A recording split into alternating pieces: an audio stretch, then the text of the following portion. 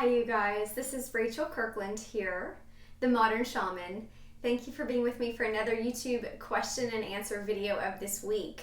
If you're new to my channel, I will just say I'm happy that you are here, that you found me, that somebody sent this video over to you, or that you happened to pick up on the resonance that's here.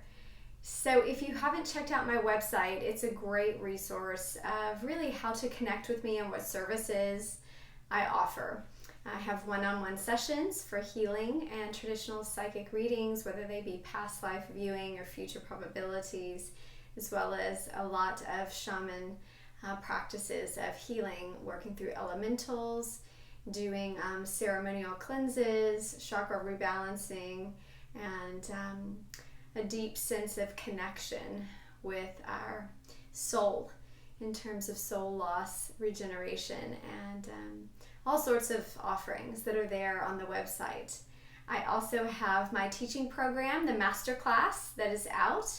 And if you haven't already checked that out, please do so. It's on the teaching section of my website, and there's a lot of downloadable step-by-step modules that go by topics to really help you identify your own personal gifts and then strengthen them based on the sacred intuitive arts through the ancients. So it's a beautiful program, and if you're interested in this type of thing, that's why I created it.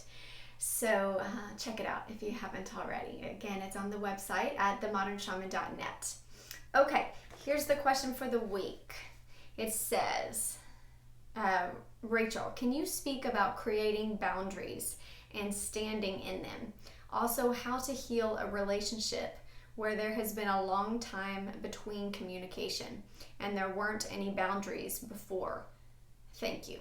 Okay, so this is relationship boundaries. At first I thought you just meant psychic boundaries or spiritual boundaries, because I do have a video. If you go back through the archive on my videos on here, I have a video where I talk about creating boundaries for spirit. This is also fundamental in my teaching curriculum, and there's a couple different modules, one on protection, psychic protection, and one on creating psychic boundaries and rules and regulations for spirit and how to truly implement those. And there's a couple modules on that, because then when we go into very, very high level psychic techniques through remote viewing and astral projection and shape-shifting, these higher level techniques around module 38 or so, I think there's 45 modules in my curriculum. And that's not even including like the meditations, the activations. There's a ton of resources there. But one of those also will go back through when you hit the master level curriculum modules. It will readdress higher level psychic boundaries. So there's that dynamic. And then what I'm reading about here, I feel like you're speaking on relationship, because you follow up with that secondary question. How can you speak about creating boundaries? Also, how to heal a relationship where there has been a long time between communication and there weren't any boundaries before. So let's talk about relationship boundaries. I'm going to focus on that for this video. I think that's a very relevant topic for so many of us that are engaging in relationships. And really, this is not just romantic relationships, although I may focus on that, but the topic or understanding relationship dynamics and creating healthy boundaries for yourself in your own life, this will transfer to all relationship dynamics. Everyone that you come in contact with in a relational way is essentially abiding by what you've created as a stance of boundaries, whether these are implemented with a sense of nonverbal communication, or whether you set the example yourself by showing them what they can get away with, or how they treat you and what you are willing to accept with the behavior of others sets a standard that is nonverbal in terms of boundaries, or whether it is something specific where there's a sense of rules of this is the way our household runs and this is the way that we show respect to each other. So really, this topic is going to cover all relational dynamics, even though when you ask it, it's specifically for a romantic relationship. Really, historically, if you look at a lot of the dynamics with relationships, particularly romantic relationships, it hasn't really until lately been viewed in the purity of love. Even though a lot of people have fought for that, and we love romantic movies that show just a pure romantic relationship that's fighting for a sense of being able to marry and be together. Throughout history, marriage was more of an economic or kind of growth of a business. Households were to sustain this sense of livelihood, right? If you lived on a farm, or if you were in a hunter-gatherer community, or even if you were just trying to survive as a family, a lot of times the dynamic of who was in the family and why you chose who you chose, or why you stayed in that dynamic, was not based on romance or love. It was very much based on the economics of that culture and that system. The way that the household supported one another, and the way that the roles that each person played supported it. Also, women, even historically, for a long time were viewed as a sense of property. And even if they were married into a household, a lot of the servants were viewed as property. Even the servants of the wife were viewed as property of the head of the household. So open relationships are nothing new. And cultural dynamics there, and the drama that come up from that, and the trauma that come from that type of loose boundaries with a sense of relational dynamics, it's been going on for a long time, right, historically. And it's caused conflict, and it's caused difficulty in terms of growth of the relationship for a long time. Now, I'm not saying it's a horrible thing, but here's what I have seen is that a lot of times, if you do not know yet how to have a sustainable, long-term, functional, healthy relationship with a singular person, it doesn't do any better to add more people to the dynamic. Oftentimes, this is where I see it come up with clients and those that I'm working with, is that they're in a relationship and the relationship is not going so well. They're coming up with conflict or difficulty, and they're kind of at a stalemate, or a point where they're like, it's just not going very well.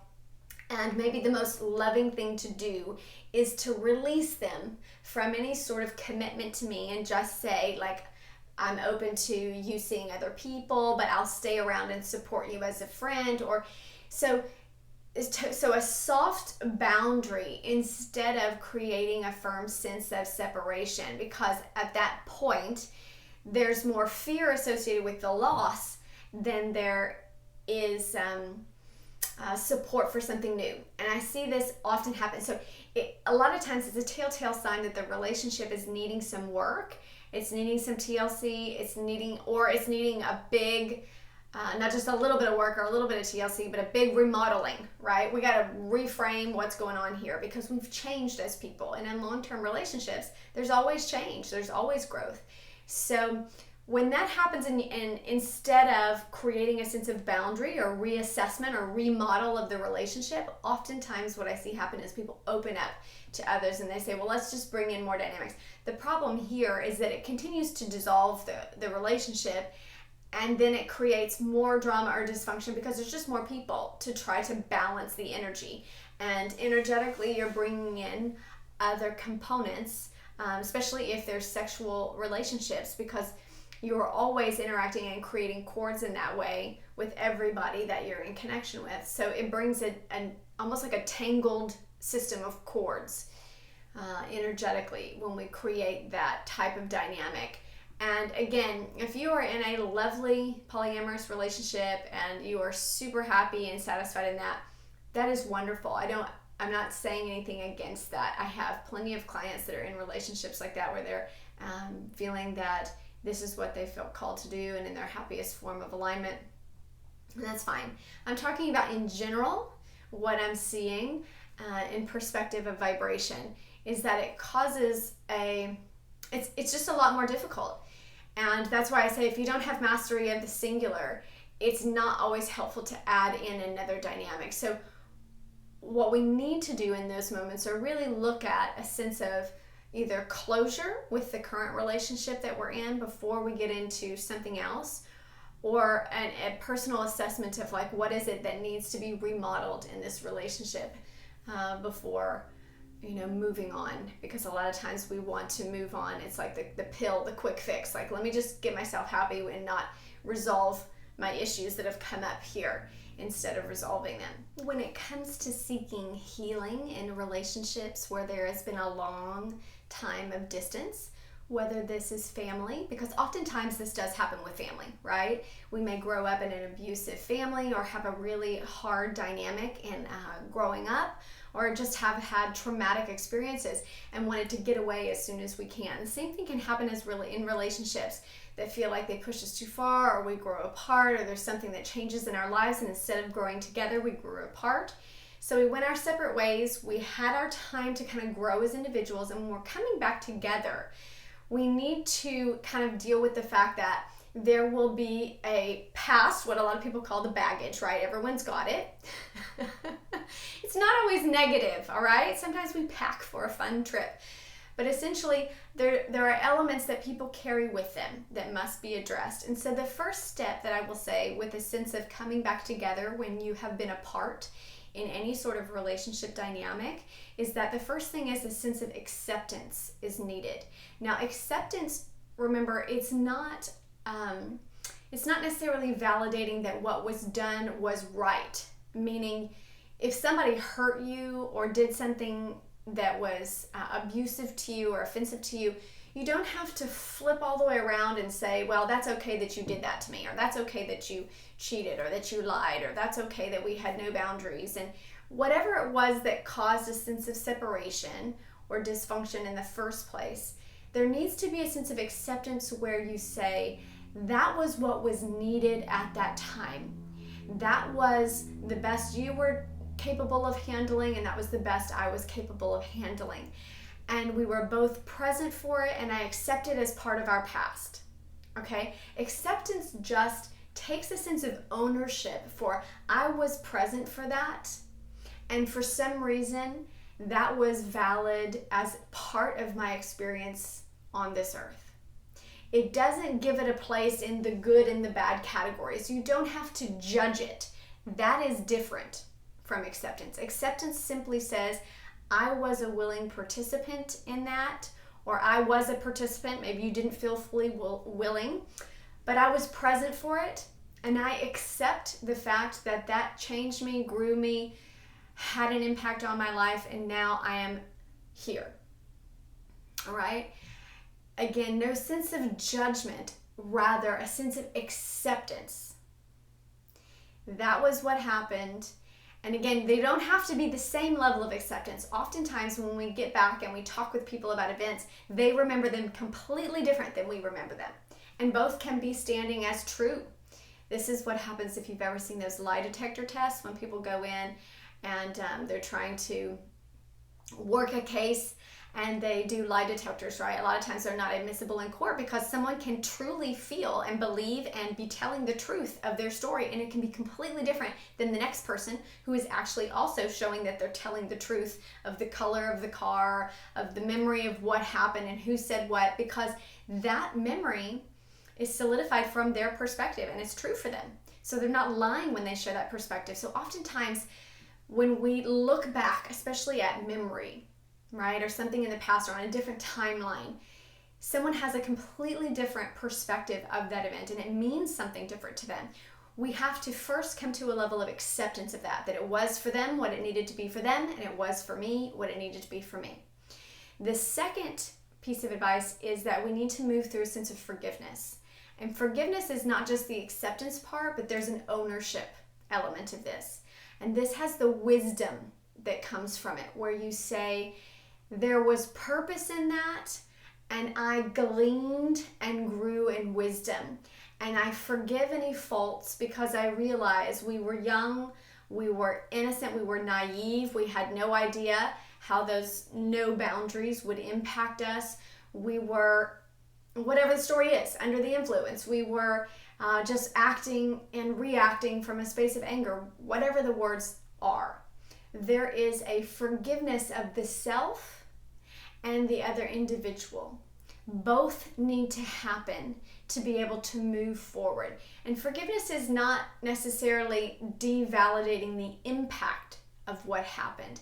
It just takes a level of ownership that says, I am not a victim to my life. Instead, I have a willing sense of free will, and I realize that I was in some way participatory in that event, and I have the wisdom to glean from it and forgive any sense of energy that's still residue from that event. The energetic impact of forgiveness cannot be understated. It relieves. This is why a lot of people will say, literally, when we are going through a soul retrieval ceremony and we're working through trauma, they will say, I feel like I've had just like a truck lifted off of my heart, my chest, right? Their heart chakra, the energy that a lot of people are carrying around from resentment and anger, all sits right here. Ugh. And they feel the energetic impact of that forgiveness, especially if you're clairsentient. It is a huge relief from the bondage of not forgiving someone, of holding a sense of resentment and turmoil from events. So that's the second step that needs to happen, in a sense of coming back together when people have been apart. And then the third thing is a sense of being basically present now, saying this is where we are now. And that's where the boundaries come in, of recreating boundaries. So this is, now that we've kind of done the work in our past, a stance that you both take where you commit to the now, validating that this is going to be more important than the stories of our past, than the hurt of our past, than what we've been through in the past. Both communicating and saying our present relationship, our present interaction between father and son, mother and daughter, romantic partners, that this is going to be where we are holding our vibrational foundation. This is our new foundation.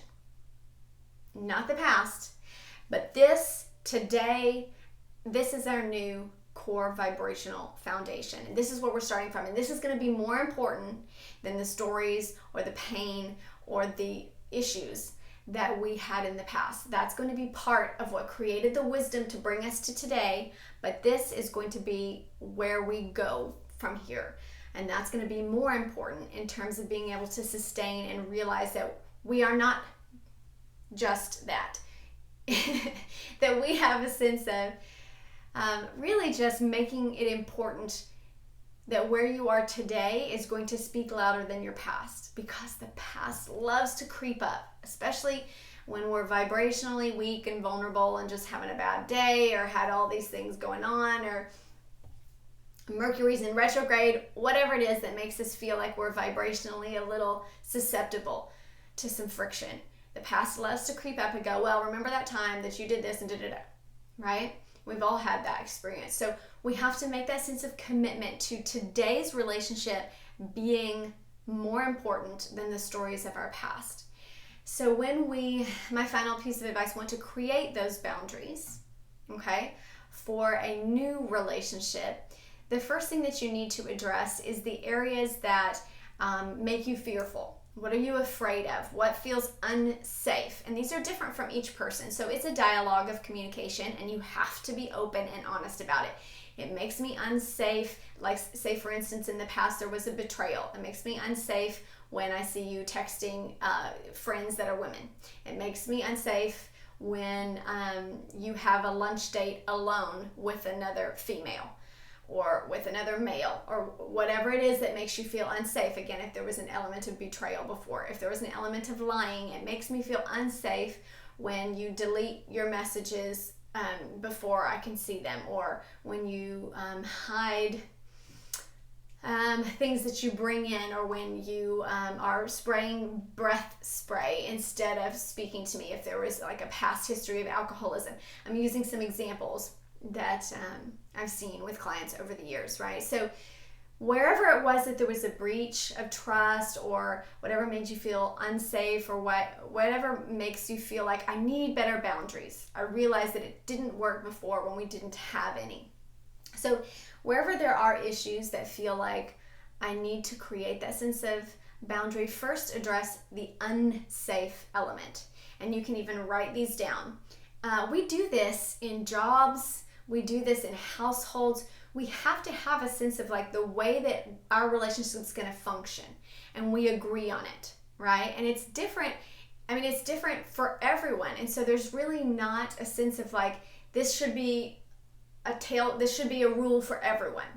It's not.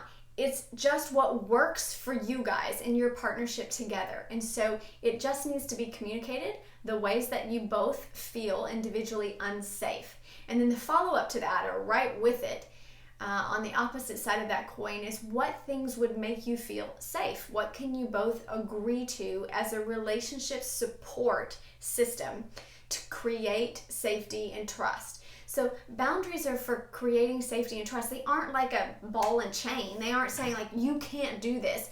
It's literally saying to the other person, I am validating the fact that safety and trust and support and devotion are characteristics that I value in a relationship, and I want to create that.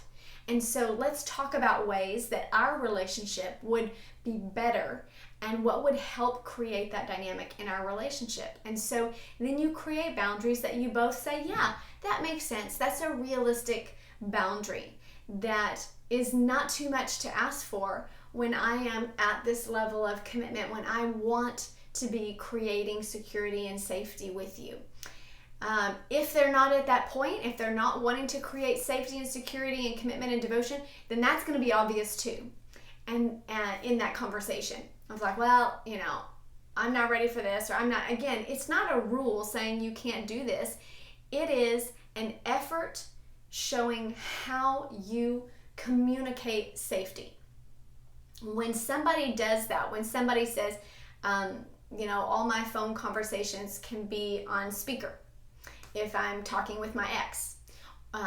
These are simple things like, all right, I have nothing to hide, and that makes you feel very safe.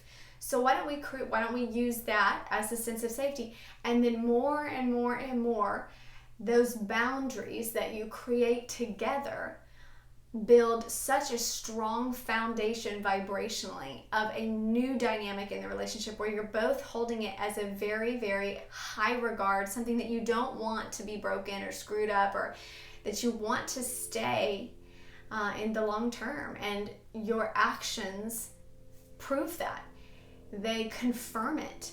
They solidify the energy there. So that's a beautiful way, in whatever way it may. And boundaries, some of them can be softer. Even in a polyamorous relationship, there still has to be boundaries of like what we communicate is okay for our dynamic and what is not okay for our dynamic. In all relationships, again, whether it's family, whether it's in your household, of how your children respond to you, what they are allowed to say, do they talk back, do they, how do those dynamics create a sense of safety and respect for everyone there? Some family dynamics, they speak loud, they shout to each other, they're really vibrant, and they don't mind the arguing. Other dynamics, it's not that way at all. People are too sensitive, and it's hurtful to their vibration. So this has to be communicated. What do I feel safe with? And then counteracting that with the two sides to the coin of what boundaries would help us feel like we're creating the safeties. If you don't have the things that you know that don't feel safe, then it's hard to create the boundaries. And the boundaries don't really feel specific enough. They feel really vague, and those boundaries are not very good because they're too vague. They're not specific to things that have created a sense of insecurity or a breach of safety for you. So that's the first step, is like identifying them, and it's important. Don't just go to like general boundaries of, well, we're going to be monogamous. Okay, that's great. But if that was the core thing before that didn't happen, then maybe that is a strong enough boundary. But if there were elements that were a little bit shady before that just didn't make you feel good, or you're kind of at a level where we're getting more and more detailed about what do I feel is appropriate or not appropriate, or other people are kind of pushing up against that boundary, then it may take reassessing. And as a relationship grows, that's another thing you didn't really ask, but I'm going to put in here. You'll always need to come back to this. It's just like with children. When they grow, your rules and regulations for your children when they're 2 would not be appropriate when they're 6 or 7, and would not be appropriate when they're teenagers. The rules have to change because the growth of individuals change. So you'll always be coming back to this conversation, readdressing it after time periods of growth where you have to say, okay, I've grown in this way and I've shifted in this way, and we need to readdress our elements and boundaries in our relationship. What are you safe with and what are you not? What makes you feel super supported in this relationship, and how can we both contribute to that support and the success of the other individual? Then it goes beyond just safety and boundaries and goes to thriving. And where do you feel like I help create bounty and abundance in your life? Because I want to do more of that, because I love that. And it's not even about safety at that point, because you've created that as a solid foundation. And then it becomes on, how do we make each other the best individual that we can as a grouping dynamic for our relationship? How do we kind of bounce the energy off each other to be in our highest vibrational alignment at all times? And from there is no ceiling. It's a beautiful dynamic. So I hope that was helpful to you. Tune in, be back here next week, same time, same place. See you guys.